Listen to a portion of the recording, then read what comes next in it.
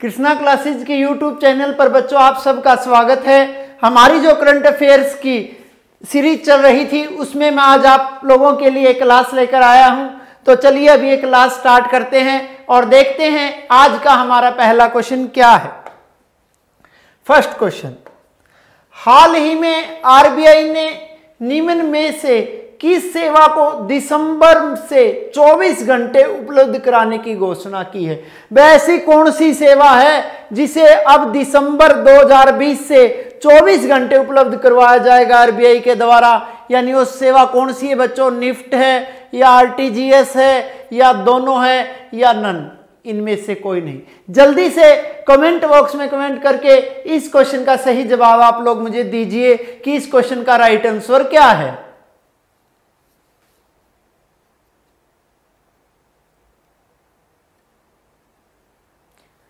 तो इसका हमारा जो सही आंसर है बच्चों वो क्या है? आरटीजीएस। क्या है? आरटीजीएस। मैं आपको बताना चाहूंगा ये बैंक के द्वारा कुल कितनी तरह की सेवाएं दी जाती हैं। 3 तरह की सेवाएं दी जाती है, जिसमें पहली सेवा का क्या नाम है? आरटीजीएस। दूसरी सेवा का क्या नाम है? ये आपका जो पहला ऑप्शन है नेफ्ट। क्लियर है बच्चों? और तीसरी जो दी जाती है उसका क्या नाम है? आईएमपीएस। क्या नाम है? आईएमपीएस। तो सबसे पहले हम बात करते हैं किसकी फुल फॉर्म की? आरटीजीएस। आरटीजीएस की फुल फॉर्म है बच्चों रियल टाइम ग्रॉस सेटलमेंट। क्या है इसकी full form? Real time gross settlement. Real time gross settlement को ही क्या बोला गया है? आरटीजीएस। अब जो यह सुविधा हमें पहले दी जाती थी सुबह 7 बजे से लेकर शाम के कितने बजे तक बच्चों? 6 बजे तक। और अब यह सेवा दिसंबर 2020 से, कब से? दिसंबर 2020 से कितने घंटे दी जाएगी? 24 घंटे दी जाएगी। जो इसमें अगर मैं अमाउंट की लिमिट की बात करना चाहूं तो अमाउंट की जो मिनिमम अमाउंट लिमिट है कितने लाख रुपए है? 2 लाख रुपए।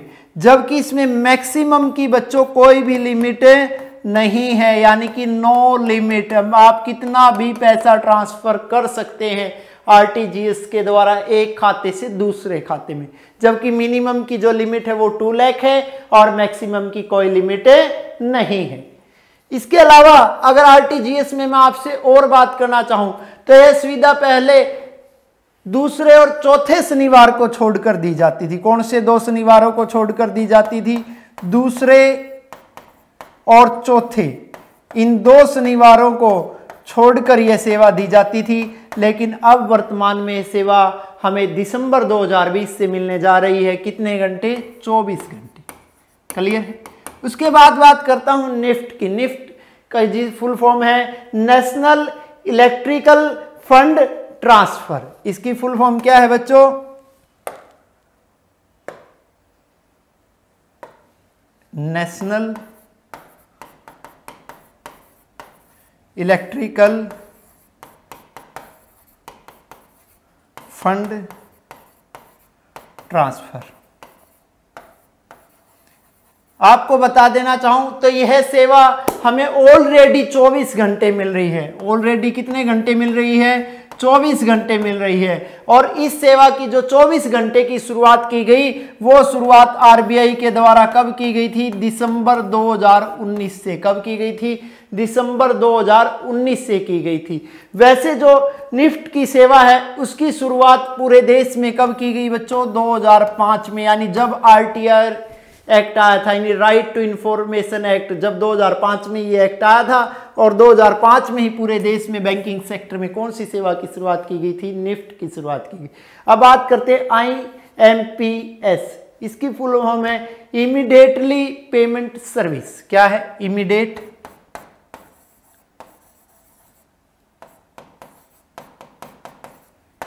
Payment service. यानी बैंक के द्वारा ये 3 तरह की जो सुविधाएं हमें दी जाती है जिसमें पहली का नाम आरटीजीएस, दूसरी का नाम निफ्ट और तीसरी का नाम आईएमपीएस। अब कौन सी सेवा हमें 24 घंटे प्रदान की जाएगी आरबीआई के द्वारा, जिसके आदेश जारी हुए आरटीजीएस यानी real time gross settlement. Clear है बच्चों? तो मैं इससे रिलेटेड आपको स्क्रीन पर लोगो भी दिखा देता हूँ। ये लोगो आपके सामने है किसका? आरटीजीएस का।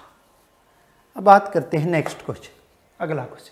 हाल ही में जो सहायक प्रजनन तकनीकी विधेयक, सहायक प्रजनन तकनीकी विधेयक 2020 किस सदन में पेश किया गया, यानी वो कौन से सदन में पेश किया गया? हमारे ऑप्शन है लोकसभा में, राज्यसभा में, ए और बी दोनों में, या दोनों में से कोई नहीं। जल्दी से कमेंट बॉक्स में कमेंट करके आप लोग इस क्वेश्चन का मुझे राइट आंसर दीजिए।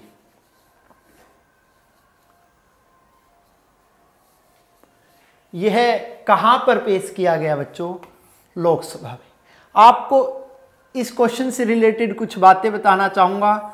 सबसे पहले तो मैं बात करता हूं आपके साथ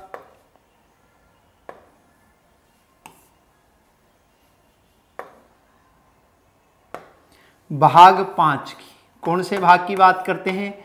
भारतीय संविधान के भाग 5 की बात करते हैं, जिसमें हमारे कौन से अनुच्छेद शामिल है बच्चों? अनुच्छेद 52 से लेकर 151 तक के अनुच्छेद इसके अंतर्गत आते हैं। क्लियर? इसमें हमारा एक अनुच्छेद है 79। इस 79 अनुच्छेद में किसका वर्णन है? संसद का वर्णन है। और आप सबको पता है संसद में कितने सदन हैं? 2 सदन हैं, जिसमें एक सदन हमारा कौन सा है? राज्यसभा। और राज्यसभा का वर्णन हमारे संविधान के कौन से अनुच्छेद में है? 80 में। जबकि दूसरा सदन हमारा कौन सा है? लोकसभा। लोकसभा का वर्णन संविधान के कौन से अनुच्छेद में है? 81 में। तो यह विधेयक अब वर्तमान में कहां पर पेश किया गया? लोकसभा में। यह सहायक प्रजनन तकनीकी जो विधेयक है, इस विधेयक का जो उद्देश्य है वो उद्देश्य क्या है? जो बांझपन की समस्या को दूर करना। क्या है? जो बांझपन की समस्या को दूर करना, यानी बांझपन की समस्या को दूर करने के लिए यह विधेयक पेश किया गया है। आपने एक तकनीक का नाम सुना होगा IVF, जिसे हम बोलते हैं विट्रो फर्टिलाइजेशन। क्या बोलते हैं बच्चों? Vitro fertilisation. इसमें जो मेल के शुक्राणु और फीमेल के अंडाणु दोनों को मिलाकर महिला के गर्भ में रख दिया जाता है, और उसमें गर्भ में रखने से फिर एक नए भ्रूण का विकास होता है। उस तकनीक से संबंधित ये विधेयक वर्तमान में कहां पे पेश किया गया? लोकसभा में पेश किया गया। कहां पर पेश किया गया बच्चों? लोकसभा में पेश किया गया, ताकि जो महिलाओं में बांझपन की समस्या थी उसे क्या किया जा सके? दूर किया जा सके। इसी तरह का अगर आपको बात करना चाहूं मैं आपके साथ 2019 की, 2019 में भी एक इसी तरह का विधेयक आया था, जिसका नाम था सेरोगेसी विधेयक। क्या नाम था? सेरोगेसी विधेयक। यानी सेरोगेसी विधेयक के अंतर्गत क्या था बच्चों? इसमें आप लोग किराए की कोख ले सकते थे, यानी किसी पुरुष के शुक्राणु किसी और महिला के शरीर में रख दिए जाते थे IVF तकनीक के द्वारा, और उससे बच्चा प्राप्त होता था। वो कौन सी मदर कहलाती थी? सैरोगेंट मदर। यानी ये जो सेरोगेसी कानून आया था, ये 2019 में आया था उधार की कोख के लिए। क्लियर है? और वर्तमान में यह विधेयक आया है अब सहायक प्रजनन तकनीकी विधेयक, जो कहाँ पे पेश हुआ है? लोकसभा। अगर विधेयकों की बात चल ही पड़ी है तो इससे संबंधित मैं आपको कुछ और बातें भी बताना चाहूँगा। पहले आप लोग इसका स्क्रीनशॉट ले लीजिए, उसके बाद मैं इसको क्लियर करता हूँ और कुछ और बातें डिस्कस करता हूँ।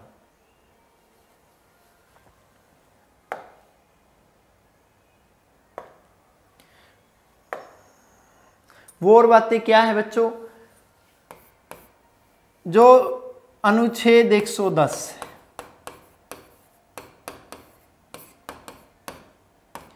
उसका संबंध कौन से विधेयक से है? धन विधेयक से। धन विधेयक की कंडीशन है कि ये पहले कहाँ पे आएगा? लोकसभा में, उसके बाद कहाँ पे जाएगा? राज्यसभा में। इससे रिलेटेड एक क्वेश्चन आता है, कई बार एग्जाम में आप लोगों ने फेस भी किया होगा। वो क्वेश्चन क्या है? धन विधेयक को राज्यसभा कितने दिन से ज्यादा नहीं रोक सकती? 14 दिन से ज्यादा नहीं रोक सकती। धन विधेयक से संबंधित राज्यसभा कोई भी परिवर्तन नहीं कर सकती, ठीक। वो सिर्फ सुझाव दे सकती है।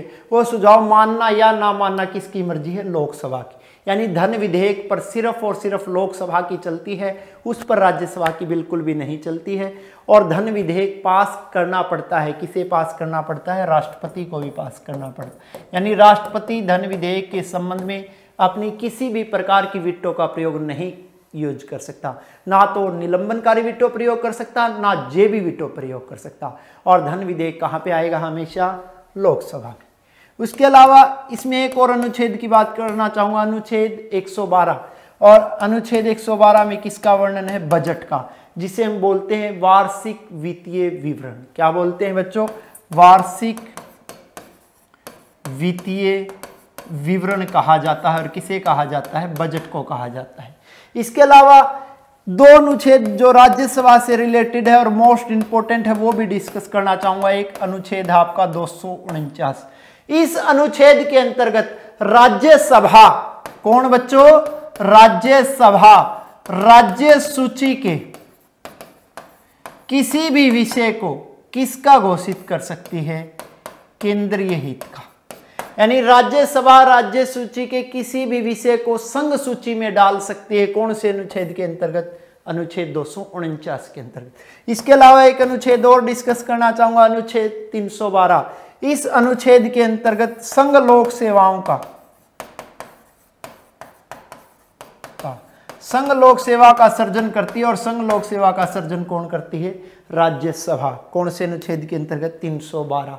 संघ लोक सेवा के एक ऐसे अधिकारी होते हैं बच्चों जो चुने जाते हैं केंद्र सरकार के द्वारा, लेकिन काम कौन सी सरकारों का करते हैं? राज्य सरकार का करते हैं। क्लियर है? इससे रिलेटेड मैं आपको एक लोगो भी दिखाना चाहूँगा। यह जो पेश किया गया, ये हिंदुस्तान की संसद का दृश्य है। और आप सबको पता है वर्तमान में हिंदुस्तान की संसद का नया भवन बनाया जा रहा है 20,000 करोड़ की लागत से। क्लियर है? ये हमारी सभापति हैं, और सभापति बोल दो या आप इन्हें स्पीकर बोल सकते हैं। लोकसभा में स्पीकर होता है और राज्यसभा में क्या होता है? सभापति। और वर्तमान में हमारे लोकसभा के जो स्पीकर है वो है ओम बिड़ला। और ये हमारी कौन सी लोकसभा के स्पीकर है? 17वीं लोकसभा के। ये कहाँ से सांसद है? कोटा से। उसके अलावा राज्यसभा में हमारे सभापति है यानी उपराष्ट्रपति वेंकैया नायडू। क्लियर है? तो बात करते हैं नेक्स्ट क्वेश्चन। निम्न में से कौन सा देश जहां राजनीतिक अस्थिरता के कारण राजधानी में आपातकाल लगा दिया गया, वह वो कौन सा देश है जहां पर राजनीतिक अस्थिरता के कारण आपातकाल लगा दिया गया है? जल्दी से कमेंट बॉक्स में कमेंट करके आप लोग मुझे इस क्वेश्चन का सही आंसर दीजिए कि वो देश कौन सा है। कजाकिस्तान है, किर्गिस्तान है, तजाकिस्तान है या फिर उज्बेकिस्तान है? जल्दी से कमेंट बॉक्स में कमेंट करके इस क्वेश्चन का सही आंसर दीजिए। तो इस क्वेश्चन का हमारा जो सही आंसर है बच्चों वो क्या है? किर्गिस्तान।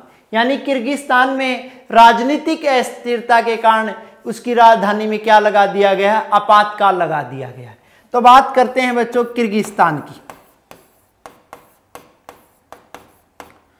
सबसे पहले तो आपको किर्गिस्तान की क्या पता होनी चाहिए? राजधानी पता होनी चाहिए। और किर्गिस्तान की जो राजधानी है उस किर्गिस्तान की राजधानी का नाम है बिश्केक। क्या है इसकी राजधानी बच्चों? बिश्केक। बिश्केक किसकी राजधानी है? किर्गिस्तान की, जहां पर हाल ही में क्या लगाया गया है? आपातकाल लगाया गया है, यानी इमरजेंसी लगाई गई है। क्लियर है? यह इमरजेंसी लगाने का क्या कारण है? यहां 4 अक्टूबर को बच्चों क्या हुए थे? चुनाव हुए थे। और उन चुनाव में किसका आरोप लगाया गया है? धांधली का आरोप लगाया गया है। यानी जो वर्तमान में पार्टी सत्ता में थी उस पार्टी पर धांधली का आरोप लगाया गया है और उनका लोगों ने विरोध करना शुरू कर दिया। इसलिए उस राजनीतिक पार्टी ने देश में राजनीतिक अस्थिरता के कारण क्या लगा दिया? राजधानी में आपातकाल लगा दिया। आपातकाल के पीछे ये तो मात्र एक कारण दर्शाया गया है बच्चों। जबकि बात करना चाहूं तो इस आपातकाल के पीछे मुख्य कितने कारण हैं? 3। एक तो देश में चरम पर है और देश में चरम पर क्या पहुंच चुका है? भ्रष्टाचार। दूसरा कारण जो बच्चों है राजनीतिक अस्थिरता। दूसरा कारण क्या है? राजनीतिक अस्थिरता। और तीसरा कारण इस देश में आपातकाल लगने का है कोविड-19। यानी कोविड-19 के दौरान सरकार के द्वारा कोई भी ऐसे कदम नहीं उठाए गए जो देश के लोगों के लिए रक्षात्मक सिद्ध हो। यानी ऐसी कार्रवाइयां नहीं की गई जो देश के लोगों के लिए लाभकारी सिद्ध हो। ये 3 मुख्य कारण हैं इस देश में इस राजनीतिक पार्टी का विरोध करने के। और यहां पर जो आपातकाल लगाया है वो आपातकाल इस देश के किसने लगाया है बच्चों? राष्ट्रपति ने लगाया है। और इसके राष्ट्रपति है जो सूरो नबे। कौन है बच्चों? सूरो नबे। सूरो नबे इस देश के राष्ट्रपति है। जबकि यहां के प्रधानमंत्री ने भी अपने पद से क्या दे दिया है? इस्तीफा दे दिया है। और प्रधानमंत्री जिन्होंने इस्तीफा दिया है उनका नाम है कुबाटेक। क्या नाम है बच्चों? कुबाटेक। कुबाटेक यहाँ के प्रधानमंत्री है जिन्होंने अपने पद से इस्तीफा दे दिया है। अगर प्रधानमंत्री की बात ही चल पड़ी तो हिंदुस्तान के पहले प्रधानमंत्री जिन्होंने अपने पद से इस्तीफा दिया वो थे मोरारजी देसाई। कौन थे बच्चों? मोरारजी देसाई। तो ये जो आपातकाल लगाया गया है कहां पर लगाया गया है? किर्गिस्तान में। क्लियर है? इसके अलावा इसमें मैं आपसे कुछ चीजें और भी डिस्कस करना चाहूंगा। आपातकाल की बात कर ही लेते हैं। जो हिंदुस्तान में भी जो आपातकाल जिसका वर्णन संविधान के कौन से भाग में है? भाग 18 में। कितनी तरह का है? 3 तरह का है। पहला आपातकाल कौन सा है? राष्ट्रीय आपातकाल। और राष्ट्रीय आपातकाल का वर्णन संविधान के कौन से अनुच्छेद में है? 352 में। दूसरा कौन सा है? राज्य आपातकाल। राज्य आपातकाल का ही दूसरा नाम क्या है बच्चों? राष्ट्रपति शासन। क्या नाम है? राष्ट्रपति शासन, जिसका वर्णन संविधान के कौन से अनुच्छेद में है? 356 में। और तीसरा कौन सा है बच्चों? वित्तीय आपातकाल। कौन सा है? वित्तीय आपातकाल। और वित्तीय आपातकाल का वर्णन संविधान के कौन से अनुच्छेद में है? 360 में। तो इसमें कुछ क्वेश्चन बनते हैं। वो क्वेश्चन क्या है? ऐसा कौन सा आपातकाल है जो देश में आज तक एक बार भी नहीं लगा है? तो वो कौन सा आपातकाल है बच्चों? वित्तीय आपातकाल। वित्तीय आपातकाल आज तक हिंदुस्तान में एक बार भी नहीं लगा है। जबकि बात करना चाहूँ राष्ट्रीय आपातकाल की तो राष्ट्रीय आपातकाल आज तक देश में कितनी बार लग चुका है? 3 बार। 1962 में, 1971 में और 1975 में। जो 1962 में लगा था भारत चीन युद्ध के समय, जिस युद्ध में हिंदुस्तान की हार और चीन की जीत हुई थी। 1971 में लगा था भारत पाकिस्तान युद्ध के समय, जिस युद्ध में हिंदुस्तान की जीत और पाकिस्तान की हार हुई थी और पूर्वी पाकिस्तान एक नए देश के रूप में विश्व के सामने आया था। और वही पूर्वी पाकिस्तान क्या बन के विश्व में देशों के सामने आया था? बांग्लादेश बन के आया था। और तीसरा जो 1975 में लगा था उसका कारण था आंतरिक अशांति। यानी हिंदुस्तान में राष्ट्रीय आपातकाल लगने के 3 ही कारण हो सकते हैं, या तो युद्ध, या फिर बाह्य आक्रमण, या फिर आंतरिक अशांति। इस आंतरिक अशांति शब्द को अब हमारे राष्ट्रीय आपातकाल के कारणों में से हटा दिया गया है। कौन से संशोधन के द्वारा? 44वें संशोधन के द्वारा। 44वां संशोधन हमारे संविधान में कब हुआ था? 1978 में। अब आंतरिक अशांति शब्द की जगह एक नया शब्द जोड़ा गया है बच्चों, सशस्त्र विद्रोह। क्या जोड़ा गया है? सशस्त्र विद्रोह। और राज्य आपातकाल आप सबको पता है राज्य से संबंधित है।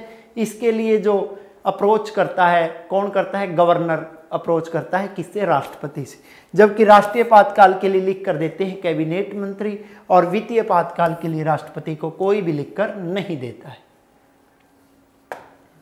ये आपके सामने लोगो है किर्गिस्तान का, जहां पर इमरजेंसी डिक्लेयर्ड की गई है। और उसकी कौन सी जगह इमरजेंसी डिक्लेयर्ड की गई है? उसकी कैपिटल में, यानी कि राजधानी। अब बात करते हैं नेक्स्ट क्वेश्चन। भारत के जो निर्वाचन आयोग के अनुसार बिहार चुनाव प्रचार के लिए राष्ट्रीय व राज्य स्तरीय दलों को दूरदर्शन नेटवर्क, क्या बच्चों, दूरदर्शन नेटवर्क और ऑल इंडिया रेडियो पर, दूरदर्शन नेटवर्क और ऑल इंडिया रेडियो पर प्रचार करने के लिए समान रूप से कितना समय दिया गया है। हमें बात करनी जो बिहार में इलेक्शन होने जा रहे हैं उसमें जो राजनीतिक पार्टियां हैं उन्हें दूरदर्शन नेटवर्क और ऑल इंडिया रेडियो पर प्रचार करने के लिए कितना समय दिया गया। 60 मिनट दी गई है या फिर 90 मिनट दी गई है या फिर 180 मिनट दी गई है या फिर 120 मिनट दी गई है। जल्दी से कमेंट बॉक्स में कमेंट करके इस क्वेश्चन का राइट आंसर आप लोग मुझे दीजिए।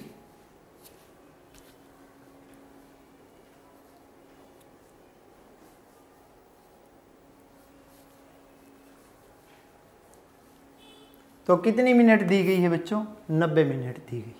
तो बात कर लेते हैं चुनाव आयोग, जिसका दूसरा नाम है निर्वाचन आयोग। निर्वाचन आयोग बोल दो या चुनाव आयोग बोल दो, बात एक ही है। जिसका वर्णन हमारे संविधान के कौन से भाग में है, भाग 15 में। और भाग 15 के कौन से अनुच्छेद इससे संबंध रखते हैं, अनुच्छेद 324 से लेकर 329। तो बात करता हूं सबसे पहले अनुच्छेद 324 की। अनुच्छेद 324 में साफ साफ वर्णन है, भारत का चुनाव आयोग एक स्वतंत्र निकाय है, इस पर किसी प्रकार का कोई दबाव नहीं है। और यह चुनाव आयोग कैसी संस्था है बच्चों, संवैधानिक संस्था है। कैसी संस्था है, संवैधानिक संस्था, यानी इसका संविधान में वर्णन है। इसे आप अगर सही मायनों में मैं बताना चाहूँ तो पूर्व संवैधानिक बोल सकते हैं, क्योंकि इसकी स्थापना हुई थी 25 जनवरी 1950 को। और आप सबको पता है 25 जनवरी को हम कौन सा दिवस मनाते हैं, राष्ट्रीय मतदाता दिवस। कौन सा दिवस मनाते हैं, राष्ट्रीय मतदाता दिवस, यानी नेशनल वोटर डे मनाया जाता है। कब मनाया जाता है, 25 जनवरी को मनाया जाता है। यानी 25 जनवरी 1950 को हम सबको दे दिया गया था वोट का अधिकार। पहले जो वोट के अधिकार का वर्णन की अगर बात करना चाहूँ, वोट के अधिकार का वर्णन संविधान के कौन से अनुच्छेद में है, 326 में। पहले मतदाता के लिए कितनी आयु निश्चित की गई थी, 21 वर्ष, जबकि वर्तमान में मतदाता के लिए आयु कितनी कर दी गई, 18 वर्ष। यह आयु कौन से संशोधन के द्वारा की गई, 61वां। और 61वां संविधान संशोधन कब हुआ था बच्चों, 1989। क्लियर है। जल्दी से आप लोग इसका स्क्रीनशॉट लीजिए।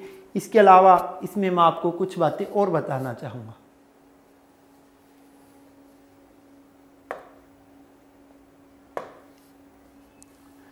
तो जो चुनाव आयोग की जब स्थापना हुई 1950 में, तो ये कितने सदस्यीय संस्था थी, एक। 1989 में इसे कितने सदस्यीय संस्था कर दिया गया, 3। 1990 में फिर दोबारा इसे कितने सदस्यीय संस्था कर दिया गया, 1।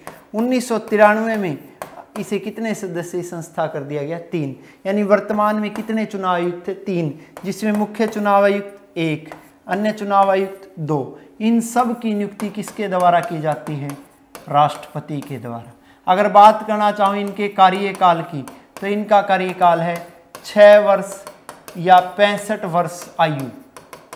दोनों में से जो दशा पहले पूरी हो उसी दिन ये रिटायर होते हैं। इन्हें हटाने की वही प्रक्रिया है जो सुप्रीम कोर्ट के जजों को हटाने की है। यानी इन्हें हटाने की प्रक्रिया है महाभियोग जैसी। किस जैसी है बच्चों, महाभियोग जैसी। ये अपना इस्तीफा भी किसे देते हैं, राष्ट्रपति को। इनकी नियुक्ति भी कौन करता है, राष्ट्रपति। इनका जो वेतन है वो वेतन कितना है, 2.5 लाख रुपए महीना।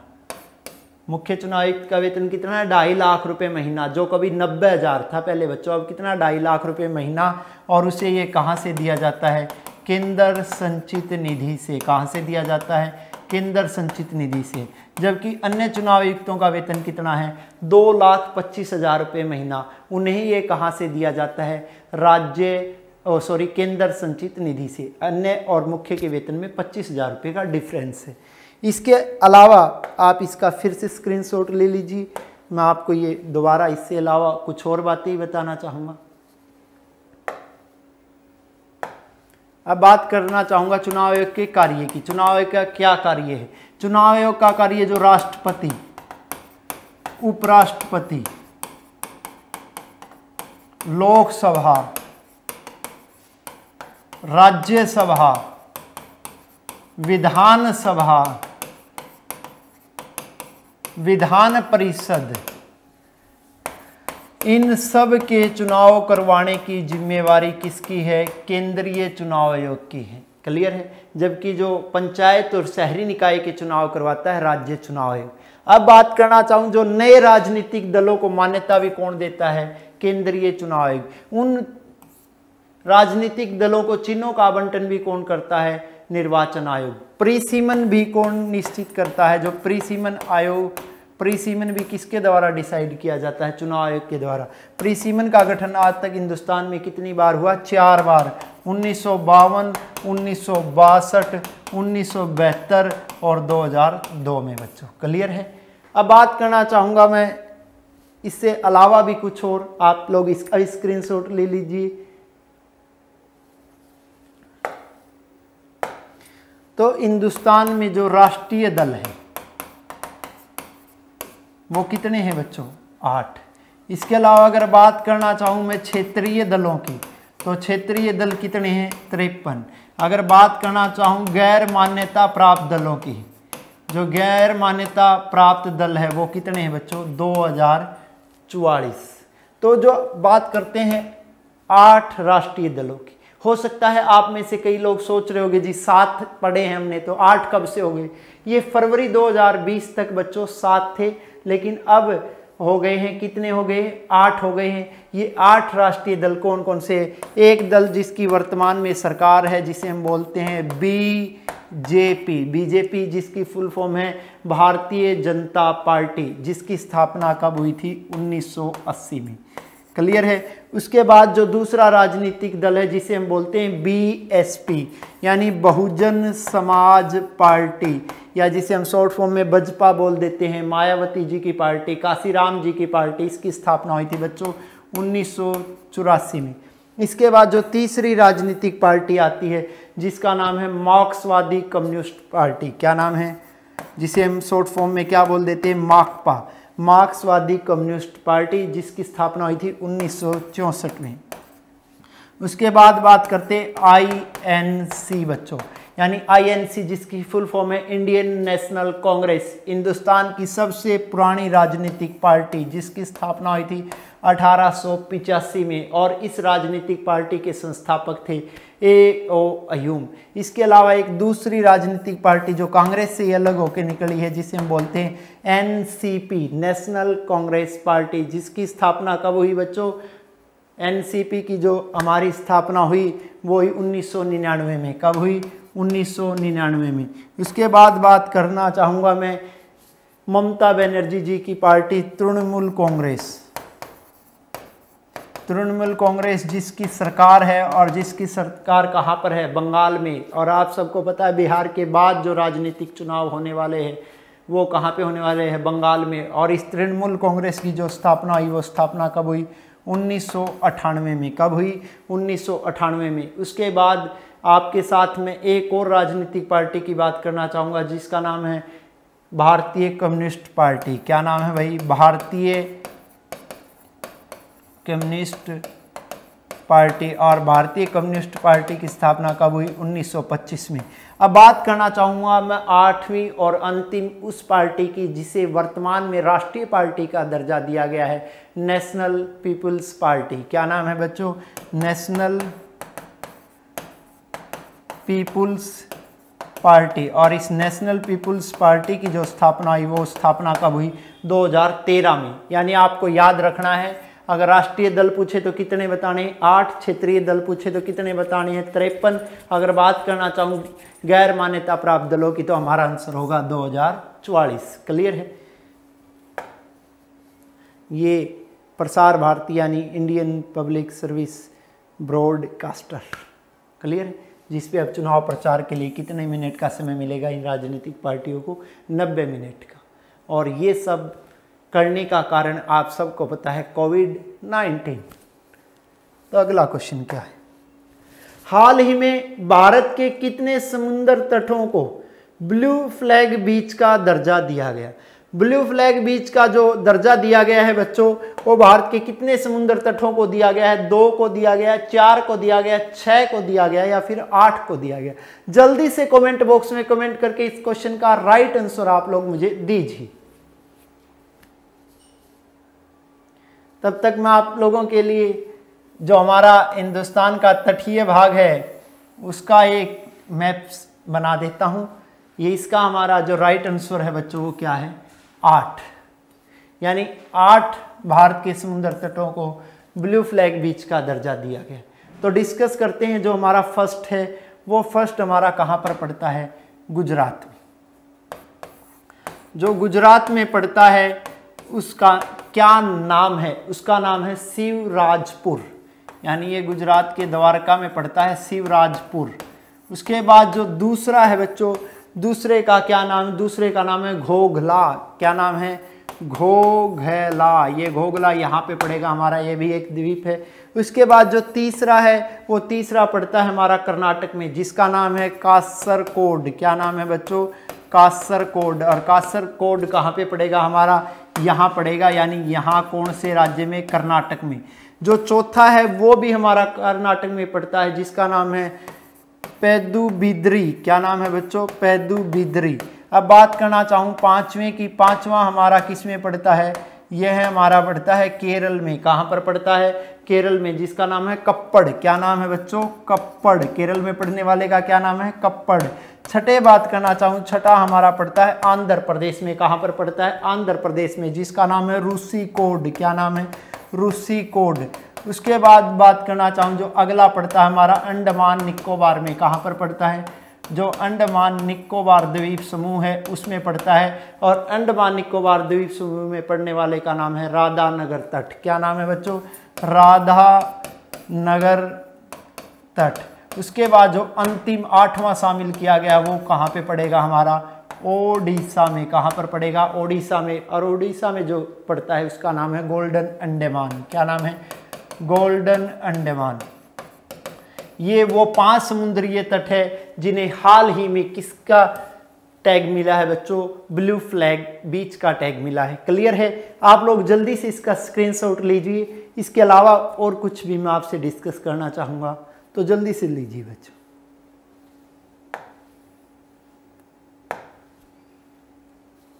अब बात करना चाहूँगा जो ये ब्लू फ्लैग बीच का दर्जा दिया जाता है ये किसके द्वारा दिया जाता है बच्चों? AFEE। यह संस्था आपकी कहाँ की है? यह संस्था आपकी डेनमार्क की है। और इसका जो मुख्यालय है वो कहाँ पर है? कोपेनहेगन में। कहाँ पर है? कोपेनहेगन में इसका मुख्यालय है। अगर बात करना चाहूँ इस संस्था की स्थापना की, तो इस संस्था की स्थापना कब हुई थी? 1987 में। कब हुई थी? 1987 में। इस संस्था ने सबसे ज़्यादा जो ब्लू फ्लैग बीच का दर्जा कौन से देश के स्थानों को दिया गया है? स्पेन। स्पेन के लगभग 4000 तटों को किसका दर्जा मिल चुका है बच्चों? ब्लू फ्लैग बीच का दर्जा मिल चुका है। जबकि बात करना चाहूँ हमारे महाद्वीप यानी कौन से महाद्वीप? एशिया महाद्वीप की। एशिया महाद्वीप में ब्लू फ्लैग बीच का दर्जा प्राप्त करने वाला भारत कौन सा देश बना है? चौथा देश बना है। क्लियर है? जबकि एशिया महाद्वीप में सबसे ज्यादा ब्लू फ्लैग बीच प्राप्त करने वाला हिंदुस्तान यानी भारत कौन सा देश बना है? एशिया महाद्वीप का पहला। यानी भारत से पहले 3 और देश शामिल थे, लेकिन उनके स्थानों की तुलना में भारत के स्थान अधिक है। यानी भारत के कितने स्थान हैं बच्चों? 8 स्थान हैं। कितने स्थान हैं? 8 स्थान हैं। और यह ब्लू फ्लैग बीच होता है यानी साफ सुथरा बीच। और इस बात की हमें जो जानकारी दी गई है, कौन से मंत्रालय ने यह जानकारी हमें प्रोवाइड करवाई है? यह जानकारी दी गई है जो हमारा इन्वायरमेंट मिनिस्ट्री है, जिसे हम बोलते हैं पर्यावरण मंत्रालय, उसने इस जानकारी को हमारे साथ साझा किया है।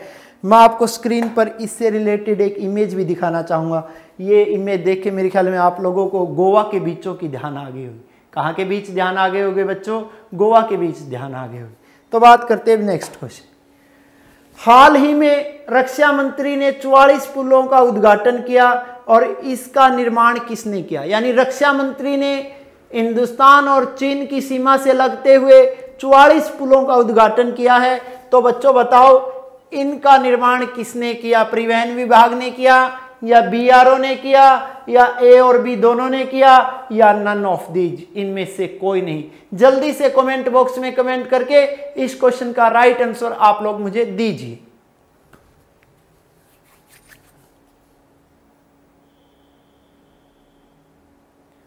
तो किसने संस्था के द्वारा बनवाए गए बच्चों? ये बीआरओ। सबसे पहले तो आपको बीआरओ की फुल फॉर्म पता होनी चाहिए, यानी कि सीमा सड़क संगठन। सीमा सड़क संगठन, जिसे हम शॉर्ट फॉर्म में बोल सकते हैं बॉर्डर रोड ऑर्गेनाइजेशन। बीआरओ को फुल फॉर्म क्या है बच्चों? Border road organisation. हिंदी में हमें क्या बोलना है इसे? सीमा सड़क संगठन। इस बीआरओ की जो स्थापना हुई थी वो किसके समय हुई थी? पंडित जवाहरलाल नेहरू के समय। किसके समय हुई थी? पंडित जवाहरलाल नेहरू के समय। आप सबको पता है हिंदुस्तान के सबसे लंबे समय तक प्रधानमंत्री रहने वाले व्यक्ति कौन थे? पंडित जवाहरलाल नेहरू। और उन्हीं के समय इस बीआरओ की स्थापना हुई थी 7 मई 1960 को। और इसी बीआरओ ने हाल ही में कितने पुलों का निर्माण किया? 44 पुलों का निर्माण किया। और इन 44 पुलों का जो उद्घाटन किया है वो उद्घाटन देश के किसने किया है? रक्षा मंत्री ने। और आप सबको पता है देश के वर्तमान में रक्षा मंत्री कौन है? राजनाथ सिंह। कौन है बच्चों? राजनाथ सिंह। यानी राजनाथ सिंह के द्वारा इन 44 पुलों का उद्घाटन किया गया। इसके अलावा साथ साथ उन्होंने एक सुरंग का भी उद्घाटन किया है। और उस सुरंग कहाँ पे बनाई जा रही है? वो सुरंग अरुणाचल प्रदेश में। कहाँ पे बनाई जा रही है? अरुणाचल प्रदेश में, जिसका नाम है नेची फू सुरंग। क्या नाम है बच्चों? नेची फू सुरंग। यानी ये नेची फू सुरंग कहाँ पे बनाई जा रही है? अरुणाचल प्रदेश में। अगर बात करना चाहूँ मैं इस नेची फू सुरंग की, तो ये डी आकार की है बच्चों। किस तरह की है? यूं, यानी डी के आकार की है। और इसकी जो लंबाई है वो कितनी है? 450 मीटर है। इसकी जो लंबाई है वो कितनी है? 450 मीटर। अगर बात करना चाहूँ मैं इसकी चौड़ाई की, तो इसकी चौड़ाई है 3.2 मीटर। कितनी है बच्चों? 3.2 मीटर। या कई जगह आपको दिया मिलेगा 3.5 मीटर। दोनों ही डाटा सही माने गए। क्लियर है?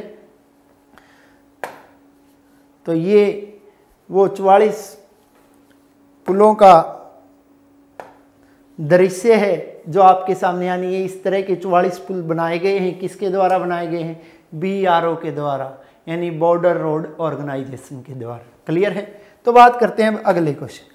अगला क्वेश्चन, सेवरेन गोल्ड बॉन्ड स्कीम। सेवरेन जो गोल्ड बॉन्ड स्कीम है 2020-21 भारत सरकार किसकी सलाह से जारी करने जा रही है?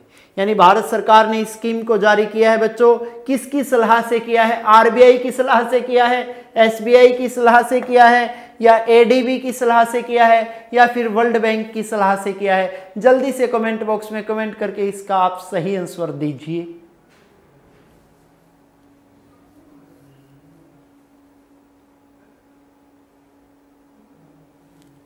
किसकी सलाह से जारी करने जा रही है बच्चों?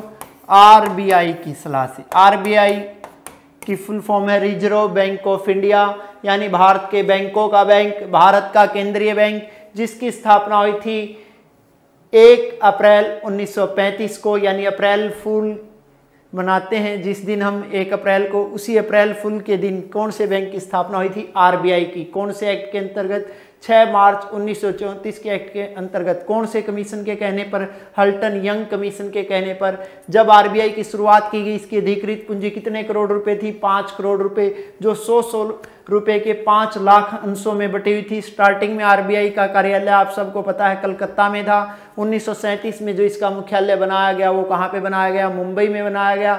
आरबीआई के पहले गवर्नर ओसबोर्न स्मिथ, पहले भारतीय गवर्नर सर सीडी देशमुख, वर्तमान गवर्नर शक्तिकांत दास, शक्तिकांत दास से पहले 24वें गवर्नर उर्जित पटेल। सभी बातें आप लोगों को पता है। इसके अलावा एसबीआई SBI जिसे हम जानते थे पहले बैंक ऑफ बंगाल जिसकी स्थापना हुई 1806 में, बैंक ऑफ बॉम्बे जिसकी स्थापना हुई 1840 में, बैंक ऑफ मद्रास जिसकी स्थापना 1843 में। इन तीनों बैंकों से मिलाकर 1921 में बनाया गया इंपीरियल बैंक, और इसी इंपीरियल बैंक को 1 जुलाई 1955 में बदल दिया गया किसमें, SBI यानी state bank of India, Hindustan का सबसे बड़ा वाणिज्यिक बैंक। ADB यानी एशियन डेवलपमेंट बैंक जिसकी स्थापना हुई थी 1966 में। स्टार्टिंग में इसके कितने सदस्य थे बच्चों, 31 सदस्य थे, आज सदस्यों की संख्या कितनी, 67। उसके अलावा बात करना चाहूँ वर्ल्ड बैंक, जो 1944 में ब्रेटन वुड्स कॉन्फ्रेंस हुई थी, उसी में निर्णय हुआ था कौन से बैंक की स्थापना करने का, वर्ल्ड बैंक की स्थापना करने का। वर्ल्ड बैंक जिसका मुख्यालय है वाशिंगटन DC, जिसके वर्तमान में कितने सदस्य देश है, 189। 189वां देश कौन सा सदस्य बना है, नोरू। 188वां इसका देश सदस्य बना था दक्षिणी सूडान, जबकि भारत वर्ल्ड बैंक का कैसा सदस्य है, संस्थापक सदस्य है। वर्ल्ड बैंक की ही जुड़वा बहन किसे कहा जाता है, IMF को यानी इंटरनेशनल मॉनेटरी फंड। दोनों संस्थाओं की स्थापना ब्रेटन वुड्स सम्मेलन में हुई थी। तो अब जो सॉवरेन गोल्ड बॉन्ड स्कीम है उसकी हम विस्तार से चर्चा करते हैं। तो देखिए वो क्या है बच्चों, जो सॉवरेन गोल्ड बॉन्ड स्कीम है कब की है, 2020-21 की। क्लियर। इसका जो इशू प्राइस है पर ग्राम का वो कितना है बच्चों, 4639 रुपये पर ग्राम। गोल्ड का जो इशू प्राइस कितना है, 4639 रुपये। अगर आप इसकी पेमेंट डिजिटल करेंगे यानी डिजिटल इंडिया में सहयोग करेंगे तो आपको इसकी पेमेंट पर कितने रुपए का डिस्काउंट मिलेगा, 50 रुपीज़ का डिस्काउंट मिलेगा। क्लियर है। इसके अलावा जो इसका टाइम पीरियड है, इसका टाइम पीरियड है बच्चों अक्टूबर 2020 से लेकर मार्च 2021 तक के लिए स्कीम जारी की गई है। इस पर जो रेट ऑफ इंटरेस्ट यानी वार्षिक ब्याज जो मिलेगा वो 2.5% की रेट से मिलेगा, और इसका टेन्योर टोटल टाइम पीरियड कितना होगा, 8 साल होगा। और early redemption after 5 year coupon payment date से आप कर सकते हैं। जो मिनिमम आप कितना इन्वेस्ट कर सकते हैं, 1 ग्राम का, और मैक्सिमम की लिमिट कितने kg रखी गई, 4 kg। और आप सबको पता है 1 ग्राम यानी 12 ग्राम में कितने तोल सोना होता है, 1 तोला सोना होता है। 12 ग्राम में कितना सोना होता है बच्चों, 1 तोला। क्लियर है। जबकि अब इस स्टैंडर्ड को कितने ग्राम कर दिया गया है, 10 ग्राम। जबकि पहले 12 ग्राम में होता था, अब कितने में कर दिया गया, 10 में कर दिया। तो बात करते हैं अगले क्वेश्चन। हाल ही में डेल्टा नामक चक्रवात हरिकेन कहां पर आया। जो डेल्टा नाम का चक्रवात था बच्चों वो हाल ही में कौन से देश में आया, संयुक्त राज्य अमेरिका में आया, कनाडा में आया, ब्राजील में आया, या फिर जापान में आया। जल्दी से कमेंट बॉक्स में कमेंट करके इस क्वेश्चन का राइट आंसर आप लोग मुझे दीजिए। इस क्वेश्चन का सही उत्तर क्या है।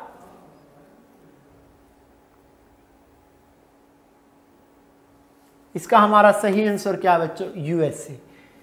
चक्रवात जिसे हम बोलते हैं वायुपुंज, क्या बोलते हैं, वायुपुंज। इसमें क्या होता है बच्चों, जो वायु है वो निम्न वायु दाब की ओर आती है, यानी वायु है वो उच्च वायु दाब से किसकी ओर आती है, निम्न वायु दाब की ओर आती है। इसमें जो वायु है बच्चों वो उच्च वायु दाब की ओर से किसकी ओर आती है, निम्न वायु दाब की ओर आती है। आपने देखा होगा ये इस तरह यूं राउंड शेप में घूमता है, यानी इसमें हवा हमेशा उच्च वायु दाब से निम्न वायु दाब यानी इस बिंदु की ओर दौड़ती है। और यह चक्रवात हाल ही में कहां पर आया, USA में। अगर बात करना चाहूं मैं आपके साथ चक्रवात की, जो चक्रवात होते हैं वो कितने टाइप के होते हैं, एंड 2 तरह के होते हैं, 2 टाइप के होते हैं। एक होते हैं शीत कटिबंधीय चक्रवात, कौन से होते हैं, शीत कटिबंधीय चक्रवात। और दूसरे होते हैं बच्चों उष्ण कटिबंधीय चक्रवात, कौन से होते हैं, उष्ण कटिबंधीय चक्रवात। जो ये चक्रवात आया है फिलहाल USA में, कौन से टाइप का है, उष्ण कटिबंधीय टाइप का चक्रवात है। इसमें जो वायु की स्पीड थी वो कितनी थी, 169 किलोमीटर पर हावर, यानी 169 किलोमीटर प्रति घंटे की रफ्तार से जो हवा चली है। और इसका जो मुख्य कारण बताया गया है, यानी इस चक्रवात का जो मुख्य कारण बताया गया है वो मुख्य कारण एक ही है ग्लोबल वार्मिंग। क्या है बच्चों? यानी ग्लोबल वार्मिंग के कारण ही यह चक्रवात आया है। इसके अलावा अक्टूबर में एक पहले चक्रवात आया था जिसका नाम था हरिकेन डेल्टा। उसके अलावा अगस्त में भी एक चक्रवात और आया था जिसका नाम था हरिकेन लोरा। ये फिलहाल आया है, यानी अब आया है। कौन से जगह पर आया है? संयुक्त राज्य अमेरिका में आया है। क्लियर है? ये लोगो है, यानी कि जो एडवाइजरी जारी की गई थी 8 बजे जारी की गई थी, ये इसकी लोकेशन है। इस क्षेत्र में यह आया था बच्चों, यह आपके सामने स्क्रीन पर है। और मूवमेंट ये दर्ज की गई, मैक्सिमम विंड ये दर्ज की गई, और इसका जो प्रेशर था वो ये दर्ज किया गया। यानी सभी चीज़ें स्क्रीन पर आपके सामने दर्शाई गई। अगला क्वेश्चन क्या है?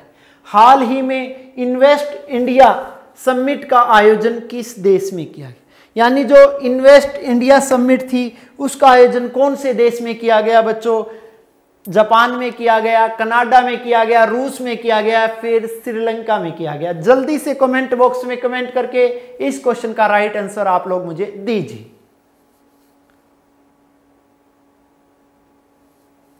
तो कहां पे किया गया बच्चों? कनाडा में किया गया। कहां पे किया गया? कनाडा में किया। यानी इसका जो उद्घाटन है वो देश के प्रधानमंत्री यानी पीएम के द्वारा किया गया। और आप सबको पता है हिंदुस्तान के पीएम है नरेंद्र मोदी। उन्होंने इसका उद्घाटन वीसी से किया, यानी वीडियो कॉन्फ्रेंसिंग के जरिए किया। क्लियर है? और कौन से देश में इसका आयोजन किया गया? कनाडा में इसका आयोजन किया गया। क्लियर? इसके अलावा जो कनाडा भारत में 20वां सबसे बड़ा निवेशक देश है। बड़ा निवेशक देश भारत में 20वां सबसे बड़ा निवेशक देश कौन सा है बच्चों? कनाडा। इसके अलावा अगर बात करना चाहूं मैं कनाडा की राजधानी की, कनाडा की राजधानी क्या है? ओटावा। कनाडा की राजधानी क्या है? ओटावा। अगर बात करना चाहूं मैं कनाडा की मुद्रा की, तो यहां की मुद्रा है कनाडियन डॉलर। क्या है यहां की मुद्रा? Canadian dollar. और यहां के जो प्रधानमंत्री है कौन है? Justin Trudeau. कौन है? जस्टिन ट्रूडो यहाँ के प्रधानमंत्री है। और हिंदुस्तान के प्रधानमंत्री है नरेंद्र मोदी। इसके अलावा जो कनाडा का जो मूल शब्द है, कनाडा मूल शब्द क्या है? कैनाटा।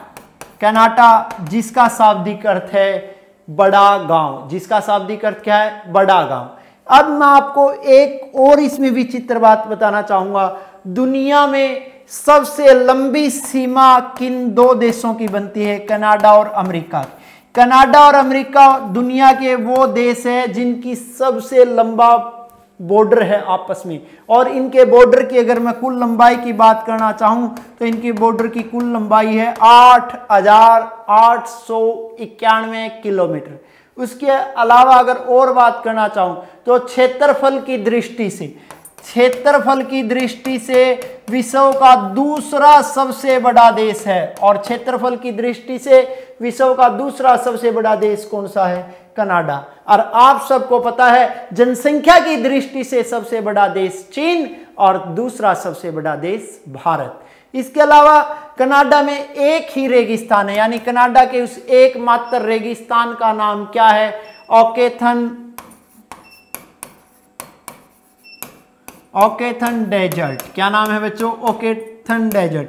और दुनिया के सबसे ज्यादा शिक्षित लोग कौन से देश में है? कनाडा में।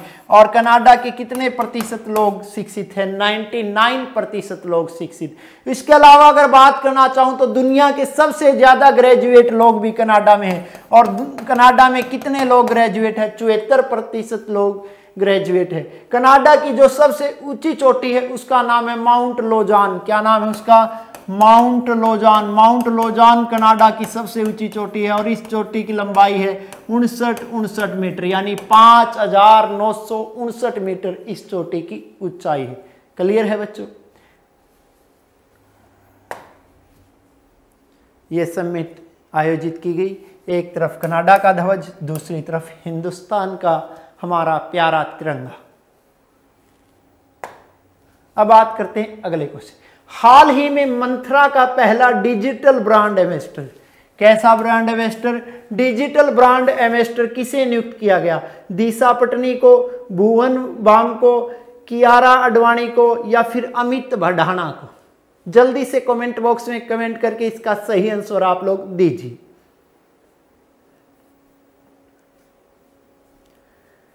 किसे नियुक्त किया गया बच्चों? भुवन बाम को। भुवन बाम है वो एक यूट्यूबर है। क्या है? वो एक फेमस यूट्यूबर है। कौन है फेमस यूट्यूबर? भुवन बाम, जिसे हाल ही में पहला डिजिटल ब्रांड एम्बेसडर नियुक्त किया गया। किसका? मंत्रा का। और मंत्रा जिसकी स्थापना हुई थी, कब हुई थी? 2007 में। इसके बात करना चाहूं सीईओ, यानी सीईओ जिसकी फुल फॉर्म है चीफ एग्जीक्यूटिव ऑफिसर, मुख्य कार्यकारी अधिकारी, और इसके मुख्य कार्यकारी अधिकारी है अमित नागाराम। इसके मुख्य कार्यकारी अधिकारी कौन है बच्चों? अमित नागाराम। और आप सबको पता है मंत्रा को 2014 में खरीद लिया गया, और मंत्रा को 2014 में किसके द्वारा खरीद लिया गया? फ्लिपकार्ट के द्वारा। किसके ने खरीद लिया? फ्लिपकार्ट ने। और फ्लिपकार्ट ने मंत्रा को कब खरीदा? 2014 में। क्लियर है? अब बात करना चाहूं जो दिशा पटनी है, दिशा पटनी इनकी ब्यूटी ब्रांड एम्बेसडर है। कैसी ब्रांड एम्बेसडर है? Beauty brand ambassador. Beauty brand ambassador Disha Patani किसकी है? मंत्रा की। जबकि जो कियारा आडवाणी है, वो कियारा आडवाणी इनकी फुल टाइम ब्रांड एम्बेसडर है। फुल टाइम ब्रांड एम्बेसडर कौन है? कियारा आडवाणी। जबकि बात करना चाहूं अमित भडाना की, ये भी एक फेमस यूट्यूबर है, और इन्हें हाल ही में एमपीएल का, किसका? एमपीएल का डिजिटल ब्रांड एम्बेसडर नियुक्त किया गया है। किसका? एमपीएल का डिजिटल ब्रांड एम्बेसडर नियुक्त किया गया अमित भडाना को। तो आपके सामने ये स्क्रीन पर लोगो भी है मंत्रा का, और उसके अलावा जो इसके पहले डिजिटल ब्रांड एम्बेसडर बने हैं भुवन बाम, ये उनका चित्र है बच्चों। तो हमारी आज की ये करंट अफेयर्स की ये क्लास यहीं पर कंप्लीट होती है। यह क्लास आप लोगों को बच्चों कैसी लगी कमेंट बॉक्स में कमेंट करके ज़रूर बताना। मुझे आपके कमेंट्स का इंतज़ार रहेगा। धन्यवाद।